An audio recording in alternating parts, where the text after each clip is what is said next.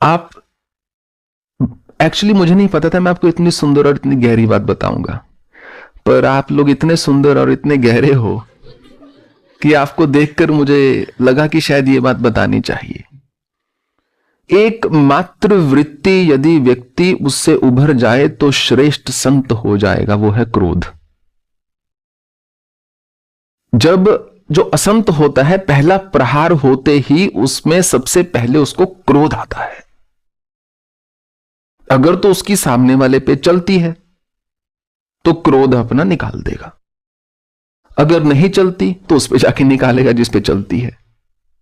अगर किसी पे नहीं चलती तो अंदर ही अंदर रोता रहेगा, परेशान रहेगा और सारी दुनिया को निकम्मा बताएगा।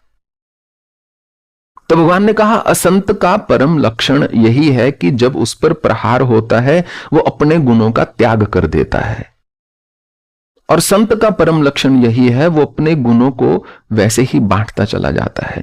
फूल को यदि मसल दोगे तो हाथ सुगंधित हो जाते हैं, फूल तो चला गया परंतु हाथों में अपनी सुगंध छोड़ जाता है।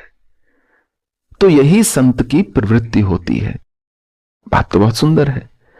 लक्ष्मण ने कहा ऐसा है बड़े भैया कि बात तो आपकी है ठीक, परंतु यह तो बड़ी अन्याय की बात है।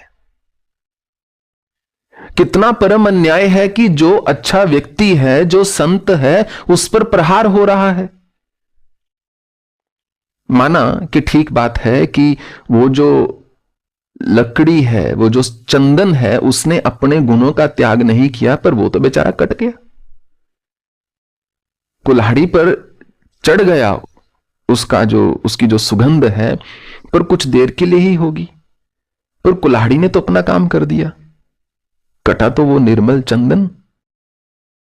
तो आपको नहीं लगता कि ये तो घोर अन्याय है? और होता ऐसा ही है। एक पति घर आता है, पत्नी उसको बोलती है कि अरे आपने सुना हमारे पड़ोस में जो शांता है, कल रात को उसने अपने गले में फंदा लगा लिया जान देने के लिए। पति कहता है ओह बेचारी शांता। कहती पर उसका पति तुरंत एन वक्त पर आ गया और उसने उसको बचा लिया। ओह बेचारा पति।